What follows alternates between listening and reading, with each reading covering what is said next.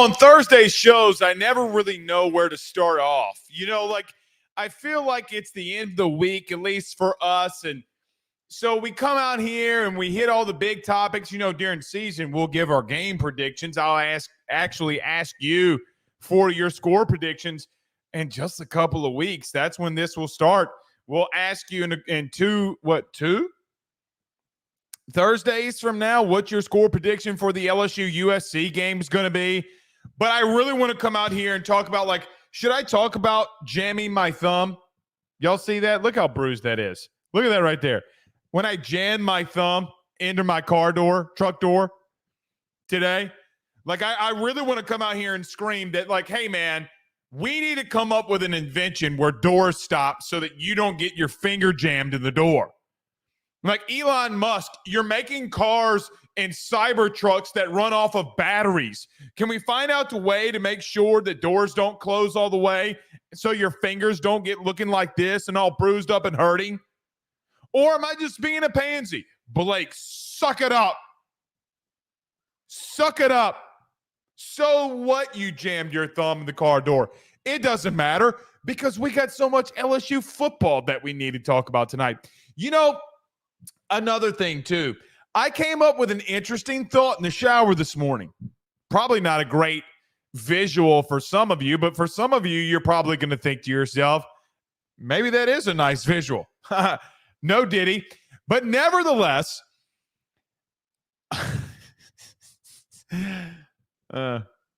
should have said pause in there as well. Probably. Nevertheless, when people on social media start saying outlandish things on Twitter, Facebook, wherever the platform may be, and they say something in my comment section or your comment section, but somehow I'm affiliated with it for some other reason, I'm going to start asking people if they will wager on it. Let me give an example. So last night I picked, or a couple nights ago, or it might have been last night, yesterday on Rufino and Joe show, I picked Miami to win the ACC. LSU fans are like, oh, they're going to suck. And I'm like, would you like to place a small wager on that? And ironically, people don't want to bet you. They just want to go, what's the national theme of a team? Same of what they're doing to you. So when you start coming out with some outlandish takes on social media, don't be surprised if you see your boy quote tweet you and say, hey, would you like to place a small wager on the take that you just had? Now, all of it's going to be revolved around sports. Or that I saw today from our good friend Brad Logan over the Believe Podcast Network say, Ole Miss is deeper than LSU. They got the better roster than LSU does. And I'm thinking to myself, I don't know about that. Now, maybe 1 through 22, that would be plausible. I could see where you would come up with that assumption. You're not recruiting from the high school level like LSU is recruiting. So if you want to talk about depth, I don't know. Brad, would you like to place a small wager on that? Nevertheless, we're live. I'm serious about this. Come with some outlandish takes in the comment section. Don't be surprised. And I think it's a generally honest question. Now, here's the thing. I'm going to tell you guys this. I'm not going to tell anybody else. So it's going to be your and my secret here. I'm actually not going to wager anybody anything. At least it's not my intention to. Right? It's not, I'm just going to challenge to see how many people want to actually or stand behind what they believe. Because if you believe in something, you'll put your money on it, right? Taff? Oh, wait. Wrong show. I know of one person that's affiliated or employed by LSU that loves watching the show. And that comment I just had, I think that person, he or she, or however you like to identify yourself. Just kidding. Just kidding. I think that they're going to get a chuckle out of that one. You're going to get a chuckle out of that one. Maybe some of you will know the reference that I mean as well. Got lots to get into tonight. So every Thursday, because we're out there practice Saturday, Monday, Tuesday, Wednesday. We get off today. We'll get off tomorrow. And then we'll be back out there Saturday for probably another scrimmage.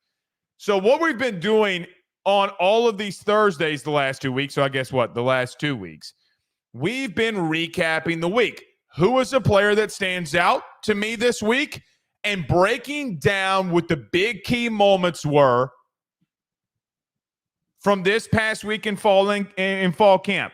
We have 4 big takeaways from each practice. So from Saturday, Monday, Tuesday, Wednesday, and well, I was thinking today, I was sitting down this morning coming up with my notes, which this is how I formulate this show. But I was thinking, I had a pretty good idea who I had in mind for the player of the week of week 2. Then I started recapping the week, and I go, well, there goes him again. There goes him again. There goes him again. And I gave you a little sneak peek of who I'm talking about, too. That being Harold Perkins in the probably shouldn't say his name. It doesn't matter. You're going to find out anyway. Harold Perkins in the cover art of this episode. So we'll get to that as well. Also, we're almost done with our deep dives of the entire schedule. It's funny. 10 weeks ago, you and I embarked on a journey. That journey was, we're going to talk about every single team that LSU plays on their schedule. And you know what? We hit it right just in time because we got Florida tonight. We'll get to Oklahoma next week. And then guess what? Game week will be here. It's like when you plan things out, you know what I mean? Like when you plan things out, they work in a great way. We'll talk about Florida as well. Does the swamp scare me? Does the swamp scare me? We'll talk about that as well. Jamal says on YouTube, Blake, you look like an Italian gangster. I'll make him an offer he can't refuse. No, did he? There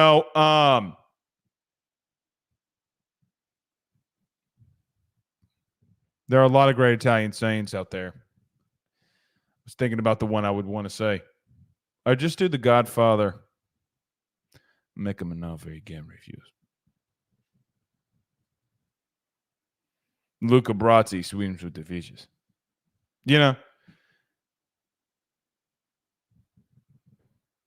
When the moon hits your eye. By the way, you want to hear something funny?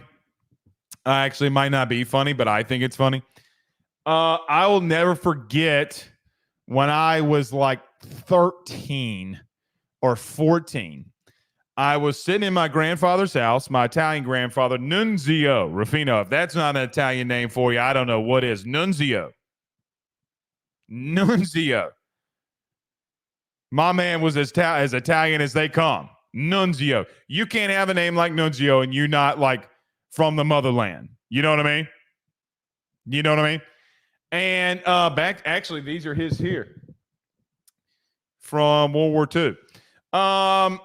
But we watched The Godfather part 1, when the daughter gets married in the very opening scene, and he loved it.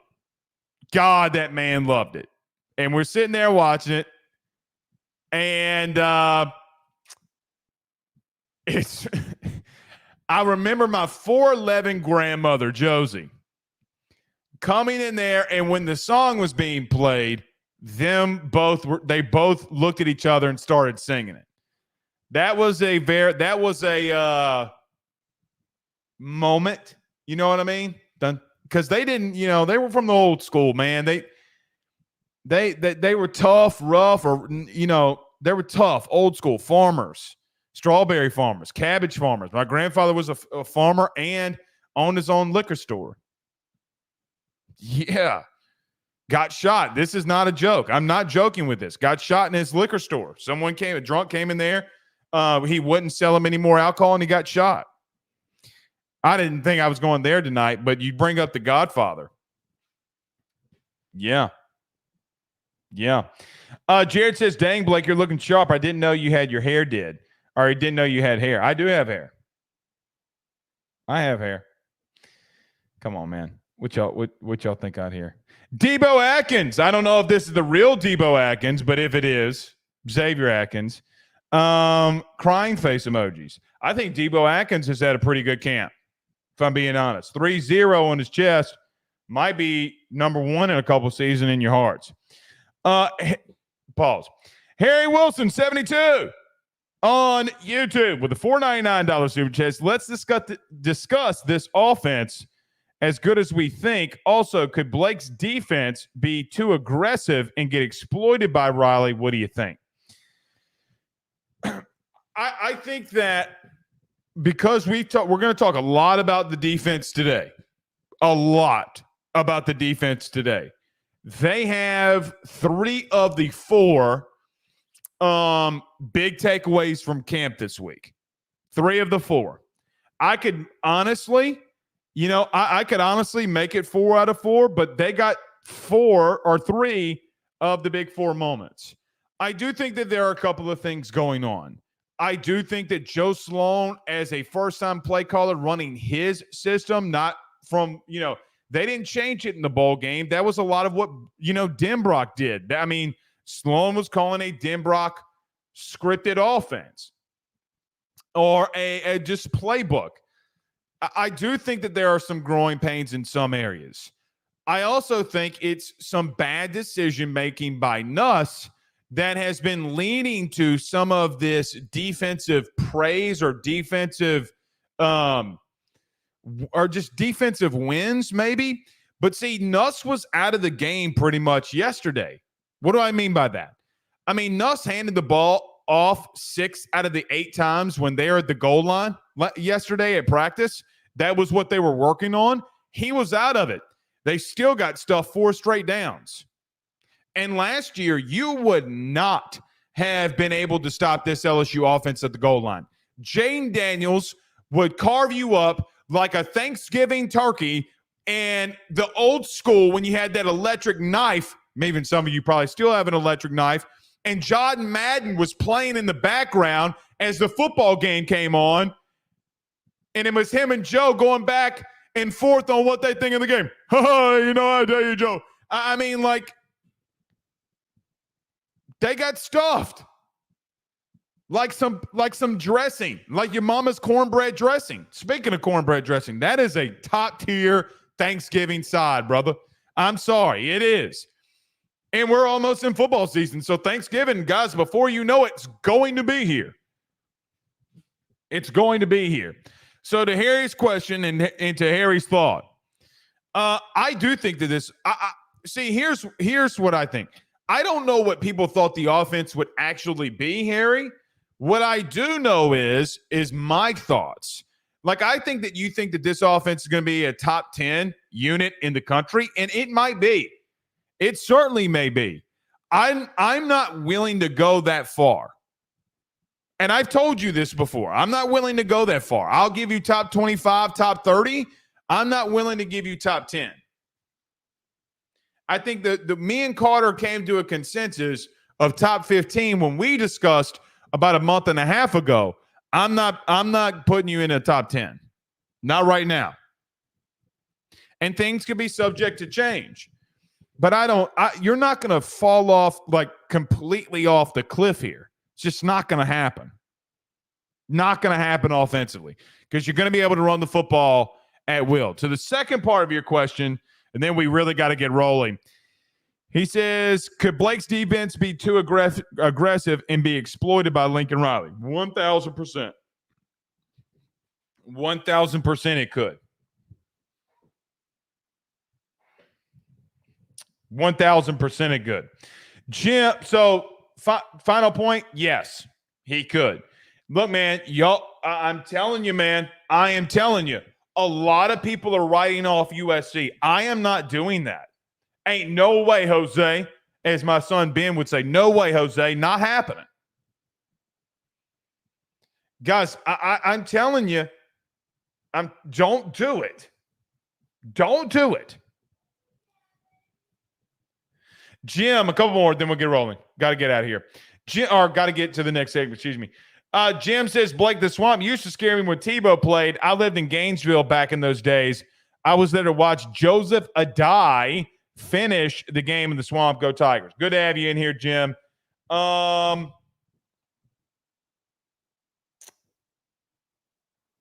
Yeah,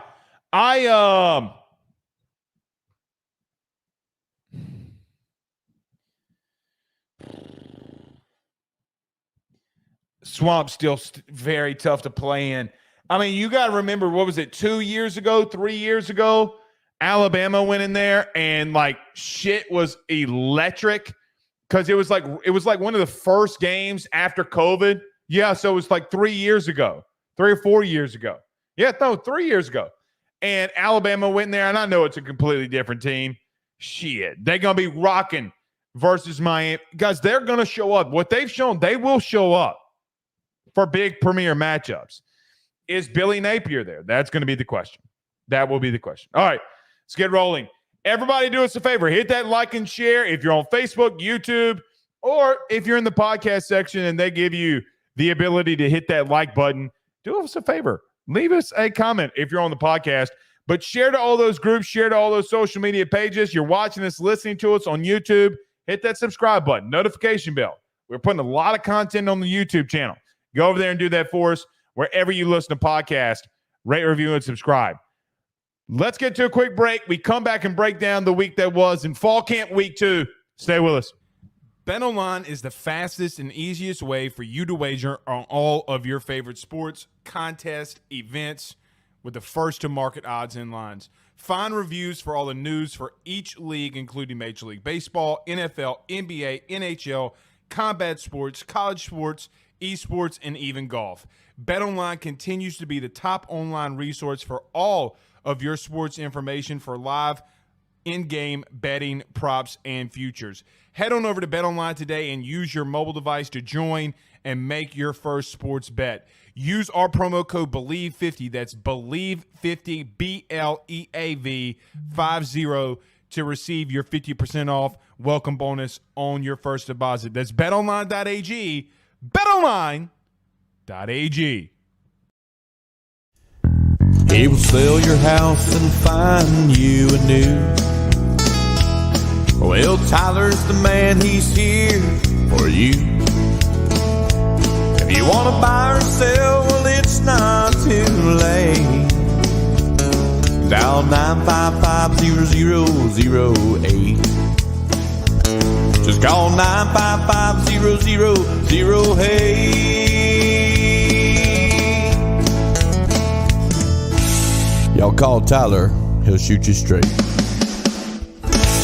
Louisiana is unique. The food, the festivals, even the bugs. No, not mud bugs. Unwanted bugs like these. The ones you don't want crawling in your home or business. Trust the Shield from J&J Exterminating. We've been protecting Louisiana homes for over 50 years, earning the trust of our clients because we deliver what we promise. Protect your home from pests. Get the Shield from J&J Exterminating. J&J Exterminating. Yeah. J&J has protected Louisiana homes and businesses for over 60 years. Call him today, make the pests go away. J&J Exterminating. Yeah. All right. Let's do this damn thing. Very quickly. Thank you alert to all of you. Let me tell you why. You all give me the ability to come out here and talk to you for a living every single night. We talk about our two favorite things, that being LSU sports, football, athletics, baseball, whatever it is. You give me that ability. For that, I'm always going to be very grateful. when we started this in 17 and it grew into this, I thought to myself, man, it would be cool to work for one of these big corporations if the day ever came. And then as 18 got here, 19, 20, 21, 22, last year and then now, I'm glad that we are doing what we're doing. I got to give Believe so much credit for everything that they've done for me. They have been with me from the very beginning, step by step, day by day. What bothers me is seeing someone like Sam Ponder getting fired.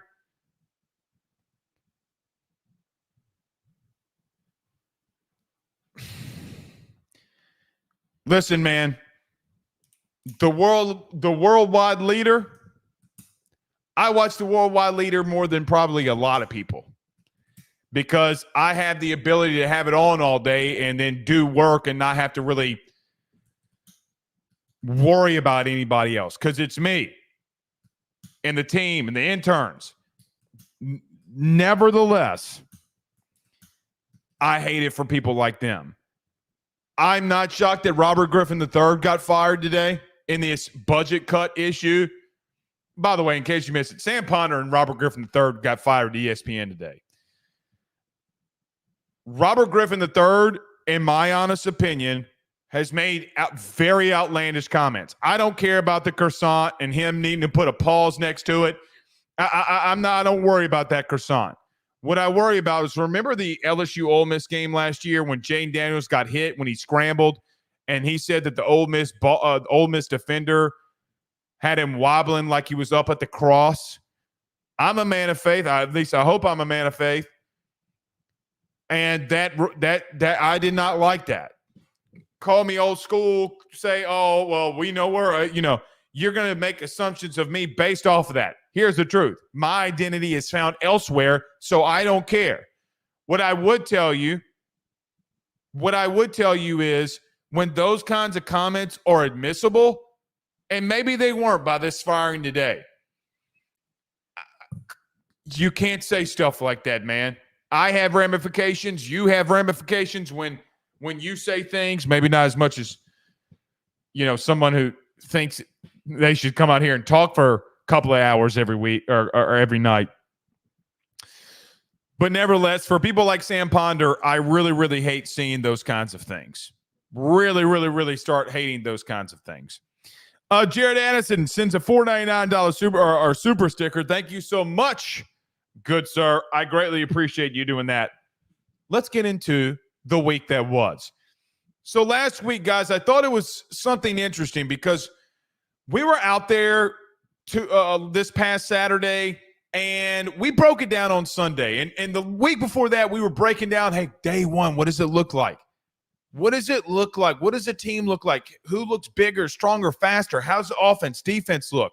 Last week, we came up with who I thought was the best player of the week. And we broke down the 4 practices before that we had just gotten back from, the conversations every night that you and I had been having. And I look at the week in recap of week 2. So what I do is on Thursdays, I go back through every single bit of my notes, every one of them. What did I like here? What did I like there? Did this stand out? Did that stand out? Because to refresh my brain of everything that happened in the week that was. Tonight I have 4 main bullet points.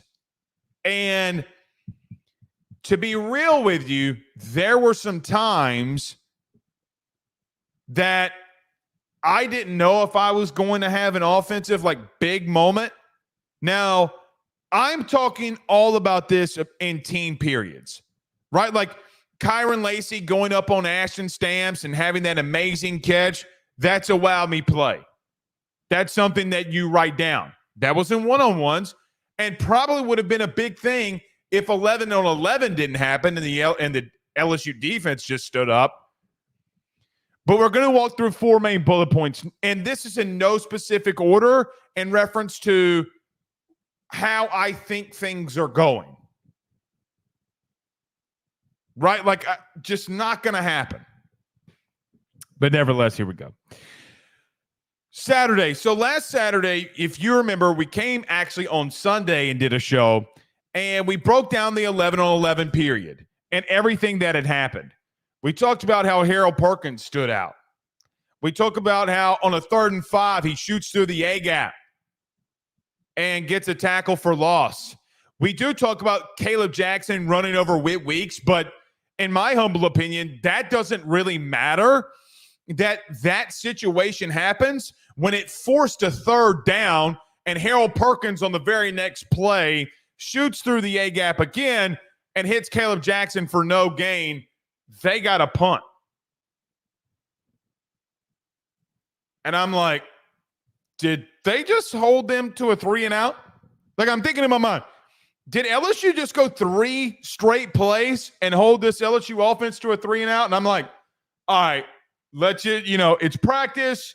Let's just see it happen again. Then it did.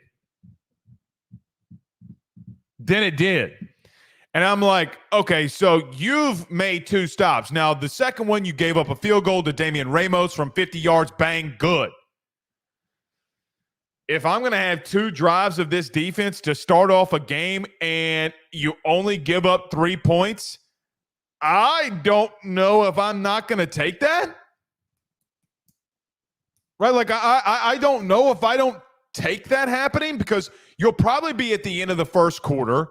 And based off of what happened last season, by the end of the most first quarters, you were already getting run up on.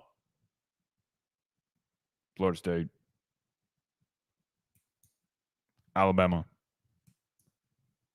Ole Miss scored 21 points, 21 or 28 straight points to start the game off, 4 straight drives before they got stopped. Man, it started to show life. And, we had asked and thought, like, hey, what is Blake Baker really doing with Harold Perkins? We saw some flashes in week 1. He caught an interception, but there wasn't really a lot that was going on. Now going into week 2, he's all over the place. And he's all over the place playing on the inside as an interior linebacker, something that plagued him a year ago against Florida State. But now he's kind of been all over the place making plays. So you put it on day 1, a Saturday scrimmage type of ordeal. All right, Harold Perkins, arguably one of the best defensive players in the country, stands out. But you go off to Monday. In the 2-minute drill, you hold LSU's offense to a field goal again. So you go on 11-on-11. You start on the 30, does LSU's offense. You give up 30 yards and you hold them to a field goal and it's missed. Okay. All right. Garrett Nussmeier would step up in the pocket on the very next drive and throw an interception to Major Burns. Okay. So you're making stops. You're making stops. Now, I will remind people that on Monday, the 7-on-7 period was pretty nasty for the LSU offense. You couldn't deny that. You can't deny that. But I look at Tuesday, Harold Perkins, an 11-on-11 and 2-minute drill, is rushing the passer from the interior, from his interior defensive or interior inside linebacker spot. Knows that he's not going to get to Garrett Nussmeier on the sack, jumps up on a Nussmeier throw, bats the ball up, and Pear Shan picks it off on 4th down in a 2-minute drill. The very next series, after you rewind the clock, on 1st and 10, the defense gets a sack off of a twist. Then the media viewing portion was over, ironically. So you go Saturday, you go Monday, you go Tuesday, and you're like, okay, 7-on-7, this offense has really moved the football. Really moved the football. And they've had moments in the running game, right, offensively. Like, I look at Tuesday as an example. They open it up on the third series. Caleb Jackson, 1st and 10, counter run right up the middle. Guys, he takes it for 75. Right? Like, 1st and 10 from the 25, simple counter right up the middle. He's not touched. He goes 75 yards and a score. Yeah. Like, that stood out to me. He continues to stand out to me.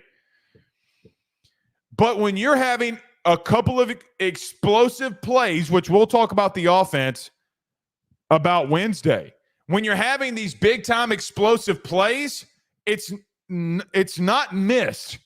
But when everything else is Harold Perkins out there making plays, you got Ashton Stamps out there getting a couple interceptions. And as Brian Kelly said yesterday in his press conference, guys, by our grading, Ashton Stamps has been the best corner this fall camp.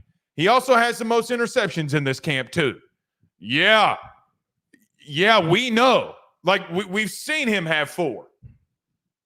Now, 2 or 3 coming off of Nuss, 1 or 2 coming off of Ricky Collins. He's picked off both of them. So it's not just like a one quarterback type of ordeal. I think maybe even has 5, if I remember correctly. I didn't count all of them because I remember one now that I'm thinking about it that he threw, that Colin Hurley threw and he picked off.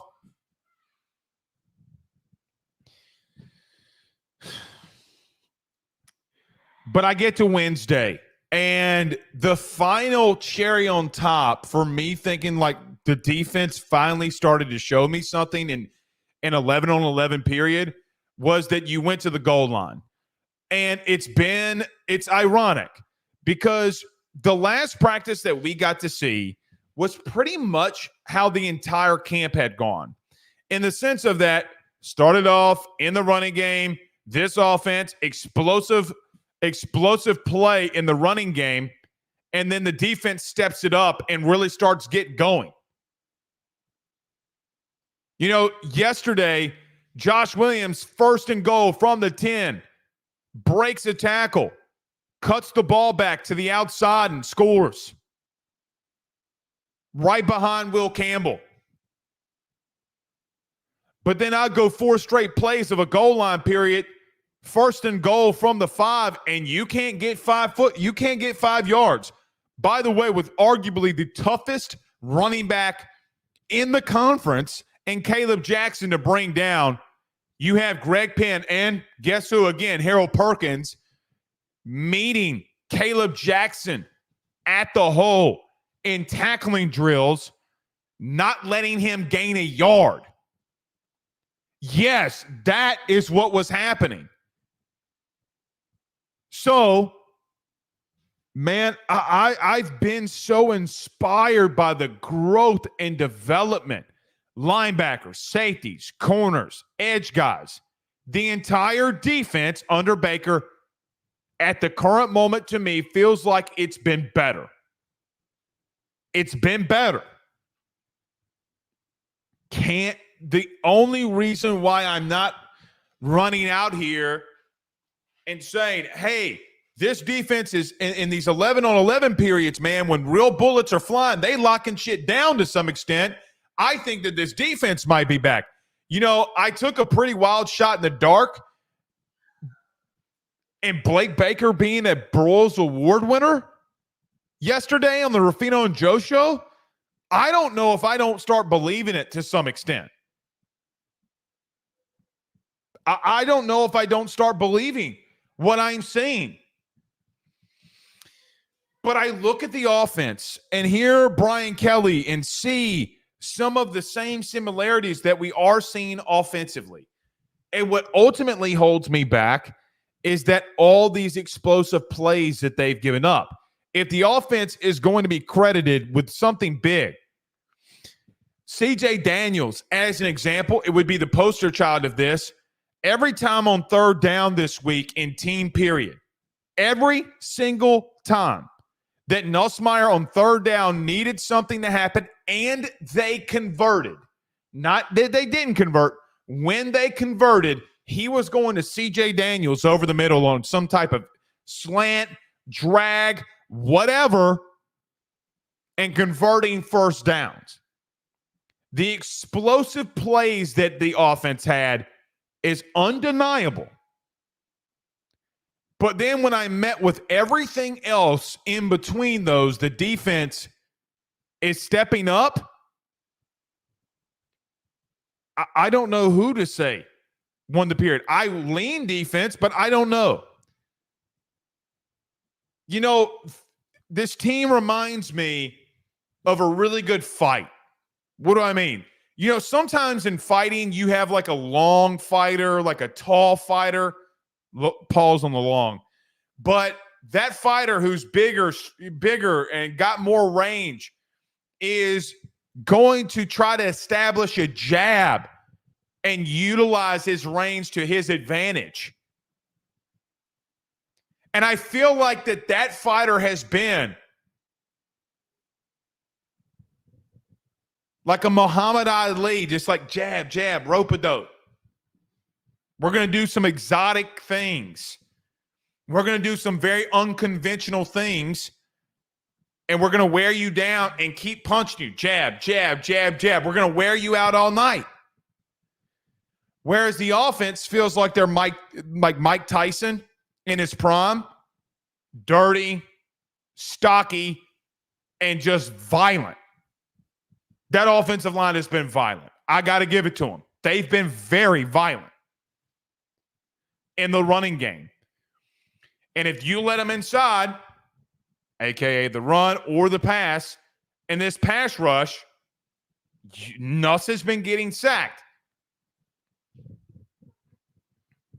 That's the big thing that we're going to miss on Jaden Daniels, by the way. Which some LSU fan today said, stop talking about Jaden Daniels. When am I talking about Jaden Daniels?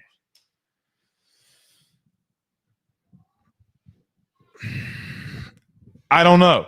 You would think the defense is more like Mike Tyson in this analogy, but it's not been. I see you, Spectrum. Which leads me to this. My player of the week. Because my player of the week is going to be Harold Perkins. And the reason it's going to be Harold Perkins is because every time the defense needed a stop, he was always there. You know, I think of the batted ball in the air that got picked off by Parashan. I think of the A-gap blitz where he tackles Caleb Jackson behind the line of scrimmage for a tackle for loss, 3rd and 5, big-time play.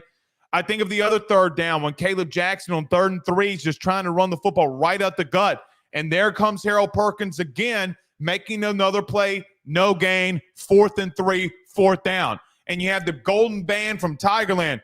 Bum, bum, bum, bum, bum, bum, bum.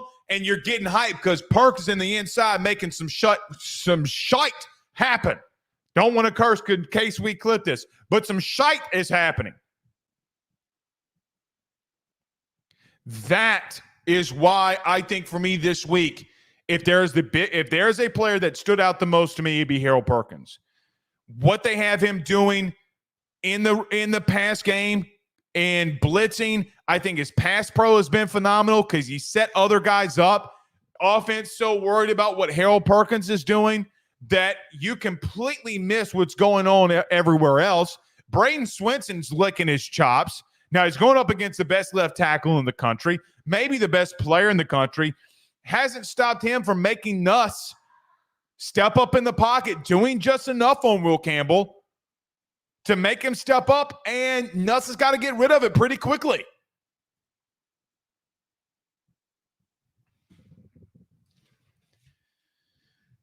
You know, I look at this past Saturday, I look at Harold Perkins and those 2 tackles against Caleb Jackson in the running game being the biggest deal for me. You know, the pass that Nussmeier threw that got batted up in the air and picked off, that's just a very elite playmaker making plays. Like, that's what he does. Now, he did it last year against Missouri against Blake Baker. Ironically, when he picked that ball off and goes up the ladder, picks it off, comes down.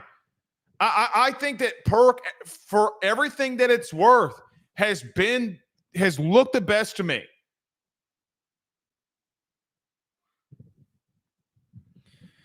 This past week, I really hope that this translates. When you have a guy that can play football or play just sports in general, that have the athleticism, 6'2", 225 pounds, and might be the best overall athlete on the field,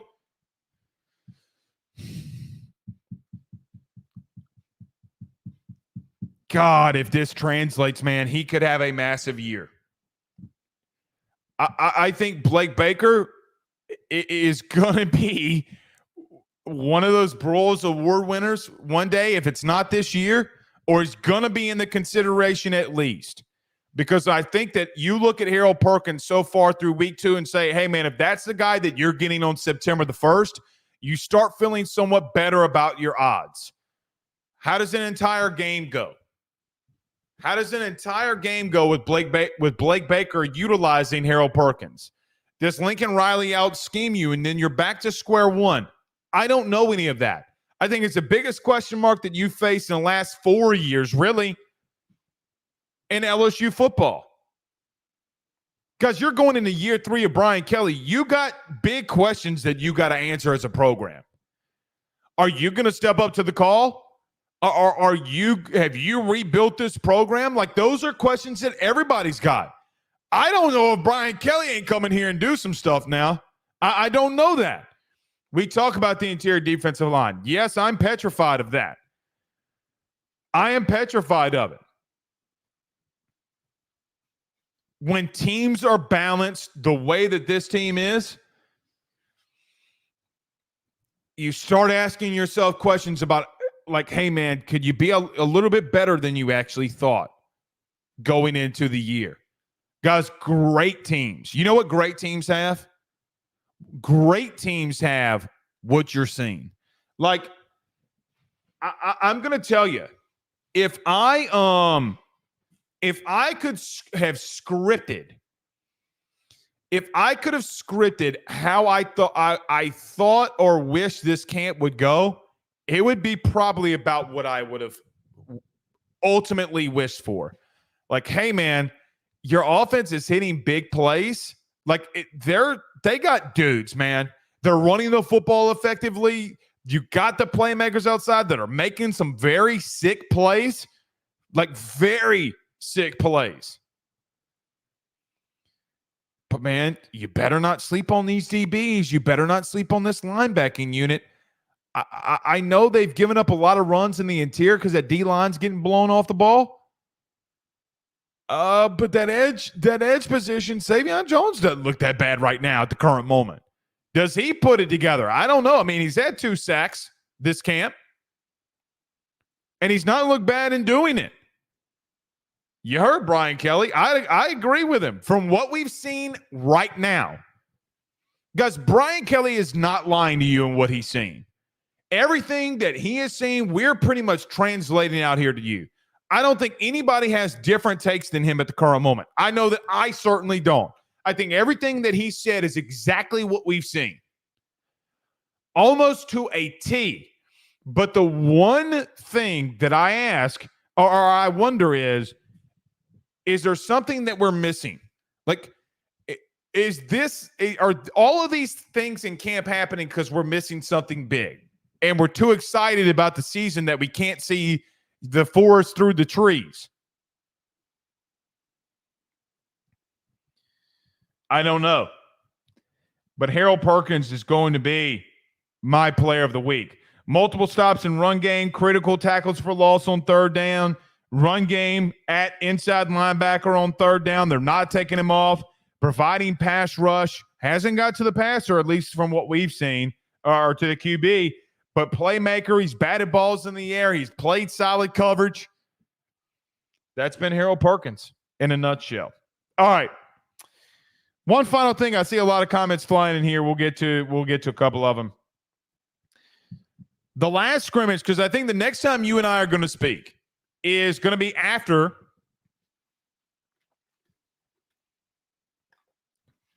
the Saturday practice and the Saturday scrimmage. In all of that,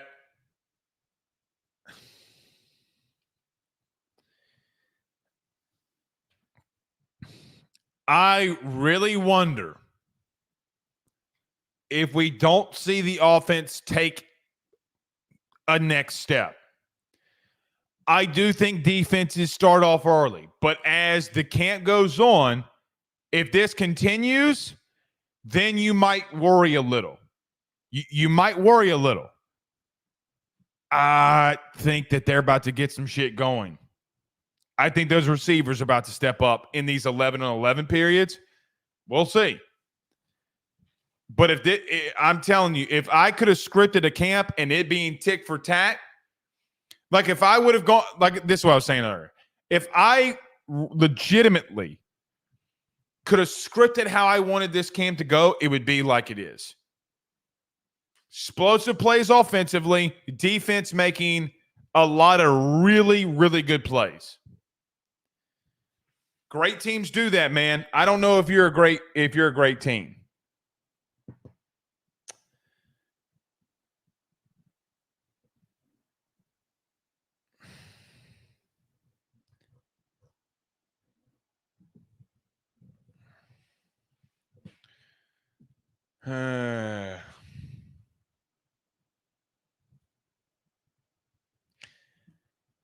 I really wish people would stop making burner accounts, but they're doing it because I'm saying it and giving them a platform. It is what it is. Guys, I'm going to tell you, they're hurting you, not me, because I won't go. I'll quit going to the chat if I need to. Jared Addison says, Blake, I'm glad to hear this. You're no sunshine pumper, so it means a lot. Okay. Well, first off, Jared, this is I appreciate this comment more than you know. People say that I'm a sunshine pumper to galore. You know, like last year I got called this a lot because people said, oh, Blake is just loyal to Jane Daniels. He has no idea what he's actually seen out there. He's a dumbass. Then throughout the season, he just went on to win the Heisman. YouTube videos may live forever, but moments never die. They don't. Josh says, what was the big eyes for today, Blake? Oh. So Ryan Roberts, the co-host with my co-host, Joe DeLeon, they do a podcast and he's just going around doing these camp intels. I was just giving him a little buzz. Nothing. Juan Adams says, I guess they want you to talk about Miles Brennan and Max Johnson. I guess, Juan. Spectrum Wellcare says, Blake, does Miller Malls concern you? Yes. Yes, he scares me. Because I don't take the same approach to than some will, he just played in one bowl game. Well, I mean, so has Nuss. Nuss has come in crunch time situations and looked good. It's also been 50% in most of his games, man. Garrett's never had a season over 60% other than one, if I'm not mistaken. That was last year, maybe. But, I mean, the kid's a gunslinger. I know he hates that term. It's the truth. He is. Is he Walmart Brett Favre or Dollar General Brett Favre? There's a lot of gunslingers out there. But are you the Walmart brand or the Dollar General brand? I think he could be more Walmart than Dollar General. David says, if we can put the consistency together, I think this team is dangerous. So here's the thing, David, and I think it's a good point. But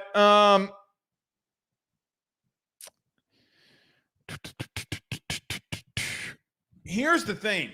When Brian Kelly says we need to see more consistency, let me break this down. I don't know what they mean by consistency, because here's my logic. Now, they can easily correct me, and I could just be like, okay, yeah, that makes sense. This is why I don't know why Brian Kelly talks about the consistency, Blake Baker, Joe Sloan. I think that that's just coach speak. The reason I think it's coach speak is that how would you not want shit to be 50-50? Right? Like, if you're a team, why wouldn't you want your offense winning 50% and your defense winning 50%? Now, maybe it's just because then you don't really know what you have and you can't really mask it going into game one or have a game plan, maybe. Or you're just a really good team. Or you're just a really good team. It's going to be one extreme or the other. I think it's going to be very much one extreme or the other. And when you face off against a guy like Miller Moss in week one, yeah, it scares the bejesus out of me. I don't know if he is going to be this, but let's make a hot take. You played UCLA, you played Florida State twice, and Mississippi State. I mean, UCLA didn't really throw the ball all over you. Florida State didn't really either. They kind of ran it all over you. Now, Jordan Travis was pretty good. Your secondary was just so bad in that game, it looked worse than how good he actually was. I mean, guys, you better – Miller Moss could put up a big day on you is all I'm trying to say. He could. He could. I mean, I don't think it's out of the realm of possibility. All right, a couple more of these Ask Blakes, and then I want to do the Florida thing very quickly before we get out of here. Jamal says, Blake, what do you think the vibe is around Baton Rouge if we don't make the playoffs? It's a good question. I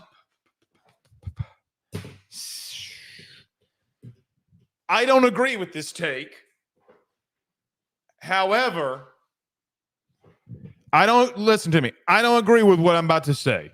Personally, I do think that there will be a vibe of, is his seat getting a little warm? Oh, Brian Kelly at the SEC. He can't win. He can't win in the SEC. See, we told you when he went to the SEC, he was just an average coach. That's exactly what the mantra is going to be. It's going to be like that in Baton Rouge. It's going to be like that nationally. Even if they do win 10 games.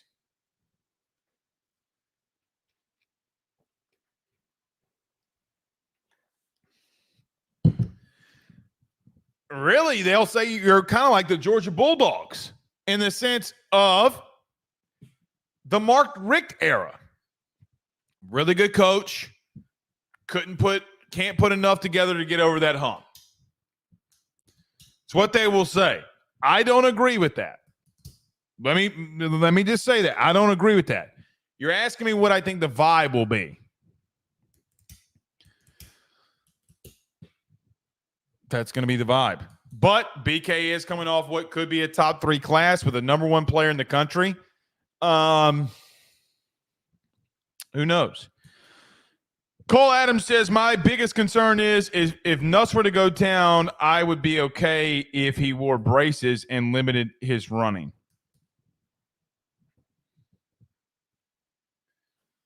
I do think you might be in a little bit of trouble if Nuss went down. Neither Swan nor Ricky at the current moment have shown me that they could lead you to where your goals would be of being probably 10-2. Let me ask everybody this. If I told you right now, actually, this is a good question. I got a question for y'all, LSU fans. If I told you right now that you're guaranteed to go 10-0, would you do it? I mean, 10-2. Let me repeat that. LSU fans, if I told you today and would guarantee you that LSU this season would go 10-2 and they would make a playoff, if they go 10-2, they'll make a playoff. Would you take it? I would say yes. Thumbs up in the chat, thumbs down in the chat. I would take 10-2 right now. I would take it right now. Because once you get in, like, who are your two losses to? Like, do you slip up to at Kyle Field against Texas A&M? Do you lose to Ole Miss, but then beat Alabama at home? Or do you have a situation where you go in the swamp and it's a new head coach and you have no idea what's going on? It's a rainy game and you can't get over the hump. It's a weird game. You lose. That's not going to happen. But I'm saying, what if? Right? Like, what if that happens? If you're 10-2 and you make the playoff, I'm taking it.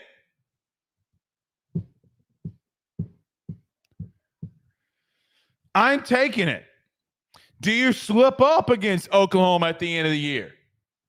Now, if you are 10-1 going into Oklahoma and you lose that game, I'm probably going to be the most pissed off son of a bitch ever. Because that means you'd probably be competing for an SEC championship. And guys, I got to be honest, the SEC championship means a lot to me. I don't give a two Rudy Poos what you think about seeding and all that stuff. Winning the SEC championship in football will be a big deal to me, because here's the truth. Probably when you are the number one seed, potentially if you win the SEC, your matchups are going to be pretty freaking favorable. Pretty freaking favorable. All right. We got a super chat here. Fearless Leader 7 on YouTube. Meanwhile, Sark goes 17-10 in the Big 12, 25-14 overall. Why does he get more patience to build? I think that's a really interesting question, because Texas was probably in a lot worse of a place, maybe in the minds of some, than you were. But you were in some shit when Brian Kelly got here. Guys, do you know that the simple fact that you've gotten 10 wins the last 2 seasons under that man, when you had 39 scholarship players when he took it over, is freaking real? Guys, that is nuts. That is insanity. Insanity. Anyway. All right. Let's do this. I want to talk about and finish out, or start finishing out our deep dives on teams that LSU play. Tonight we're going to talk about Florida, but I do need to get to a quick break. Let me talk about our good friend Carol Falls, good friends of the Drake Williams Law Firm and J&J Exterminating. Don't go anywhere. Stay with us. Guys, you might know my good friend Carol Falls and all the great service that he provides over at State Farm. He is your good neighbor after all. But did you know State Farm has surprisingly great rates as well? Along with a great neighbor service, State Farm agent Carol Falls has surprisingly great rates for everyone inside the state of Louisiana. So call him today at 985-395-4300, 985-395-4300 for all of those surprisingly great rates on auto, home, and life insurance needs. Like a good neighbor, State Farm is there, and individual premiums will vary by customer.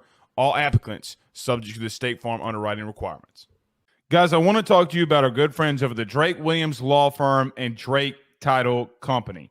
Are you facing tough times due to an injury from a car accident, navigating the complexities of divorce, or purchasing a new home? At the Drake Williams Law Firm and Drake Title Company, they understand the challenges you're going through, and they are here to help. The lawyer team of Ernie Drake III, Ryan J. Williams, and Summer Vignair, along with Morgan Daniels, have the experience and proven track record to give you that peace of mind. Give them a call today at 985-386-7600. That's 985-386-7600 to schedule a free consultation at their brand new office located in historic downtown Ponchatoula. They're also doing a special, the AYS special. If you're refinancing or closing on a home in Southeast Louisiana, request the Drake Title Company to handle your closing. If you mention Blake Ruffino and AYS, you're going to receive a $400 discount on title fees. Again, give them a call at 985-386-7600. 7600. Let them know that Blake Ruffino sent you on by. Louisiana is unique. The food, the festivals, even the bugs. No, not mud bugs. Unwanted bugs like these. The ones you don't want crawling in your home or business. Trust the Shield from J&J Exterminating. We've been protecting Louisiana homes for over 50 years, earning the trust of our clients because we deliver what we promise. Protect your home from pests. Get the Shield from J&J Exterminating. J&J Exterminating. Yeah. J&J has protected Louisiana homes and businesses for over 60 years. Call him today, make the pests go away. J&J Exterminating. Yeah. You know what I just realized? And I always do this. Y'all just don't see me re-getting my stuff back. Pause. After I close my notebook after the opening segment every single day for some stupid reason, and don't have my notes out for what I want to talk about with the University of Florida. So we continue going down the path of us talking about every single team that LSU plays on their schedule. Tonight, we go down to Gainesville, where LSU will be going to play in a game in the Swamp versus the Gators. Because they got a new defensive staff to some regards. You know, you got their DB coach, and then Ron Roberts comes over. Apparently, he's the head coach of defense. At least that's like his name now or his title. Ron Roberts actually was the head coach at Southeastern after the administration that I was under and Mike Lucas and company left. He was the next head coach. But they've got some interesting pieces defensively. They got an interesting front seven. DBs, ask any Florida fan, any one of them, don't ask me this. They don't think that they're great at DB. Maybe they'll be okay at linebacker. They have Graham Mertz returning and could provide the spark that they're really looking for. You know, Graham Mertz last year completed 72.9% of his passes, just over 2,900 yards. Last year, 20 TDs, 3 interceptions. And by the way, with that Florida Gators schedule from last year, dude was not bad at times for them last year. You should remember, in 38 passing attempts, he had 311 yards on you and 2 touchdowns. They scored 35 points on a really bad defense. So they weren't terrible. They weren't Arkansas. You know, they got some athletes. Bottom line is I don't think Billy Napier is the head coach by the time that you play him. I think that Florida is absolutely yearning for a champion. Yearning. Guys, they are so pissed off that everybody else gets to have the fun in this new world of college football, and they are sitting here potentially going 5-7. Are you facing an interim head coach when Billy comes to town? I don't know. Is his seat so red hot that he really needs this game against you? Now, that would be something, because if he does, then a dog in a corner. You know my philosophy on that. I don't like when a dog is in a corner and he's got to fight and claw back to get out of not being fired. And I think it's interesting what happens with a young program. You know, how much do these players play for Billy? How much do they love Billy? Well, they might like him a little bit because they committed to him. And if you're committing to them and that situation with some of the talent that you have, you must have some faith of what you're doing there or what he's building, or like Billy Napier a lot. Or, yeah, it's NIL related, but regardless, DJ Lagway went there for a reason. I think they're actually going to be improved. I don't think they're going to be as bad of a team as some making it out. Now, they got some issues at running back. Etienne leaves, goes to one of their biggest rivals in Georgia. And I look at Florida and say, yeah, I think you're going to be better. I actually like that you have a quarterback that had 20 touchdowns and 3 interceptions and completed 73% of his passes last year. I do think that he could take a next step in year 2 with Billy Napier. Look, man, say what you want, but Graham Mertz was pretty solid last year for the Gators. Does he take that next step? I think they're better. I don't know if that changes their record or not. I don't. Because I've seen them get bullied. I've seen them unorganized. I've seen them run with 2 players on the field with the same number. And Billy says, hey, man, look, it's bad, but it looks worse because you're losing. No, it looks bad because it is bad. It looks bad. You can't have 2 players with the same jersey number running out there. Billy? Just can't happen. Well, now we're going to put guys on this little pad right before we run out. Okay. Okay, Billy.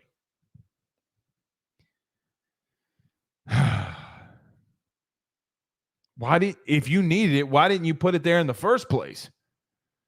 You know, coaches always talk about accountability with players and players having accountability.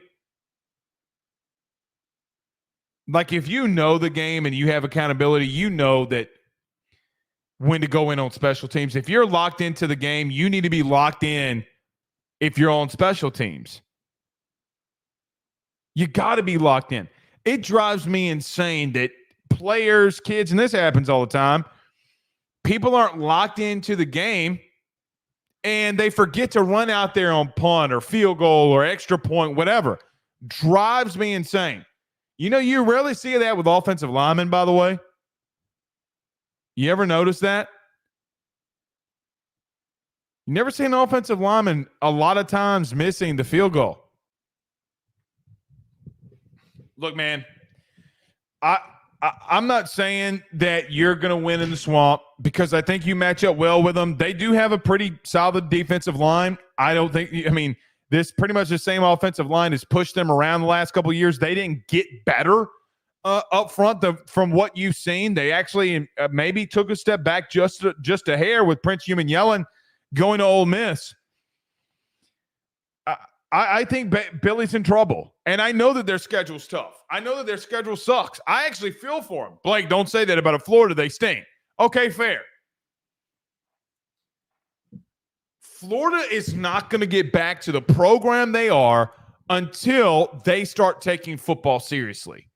Until they go and say, hey, Lane, we're going to pay you every single dollar that you want and give you full autonomy. All that shit that you were worrying about over at Ole Miss that you can only do for 1 year and we can do it every year, we're going to buy you out of your contract. You can come back down to Florida. And listen, they're going to utilize what happened to him this offseason. Unfortunately, in my opinion, with his dad passing, his mom living in Tampa, or his family living in Tampa. And they're going to utilize that. Heartstrings start coming out. Florida won't be a winner until they take this shit seriously. You hired McElwain. You hired Dan Mullen. You hired Billy Napier. You know, everybody was saying the same thing about Eli Drinkwitz a year ago. The only thing is that Drink wasn't at a place like Florida, so nobody talked about Missouri. Everybody just thought Drink sucked. And then he won 10 games this last year.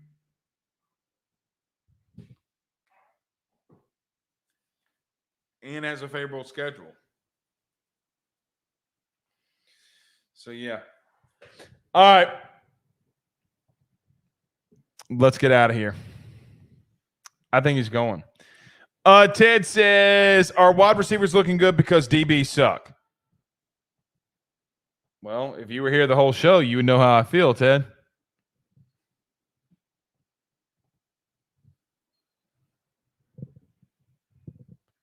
Know how I feel. We'll see you on Sunday, man. I'm out of here. Peace.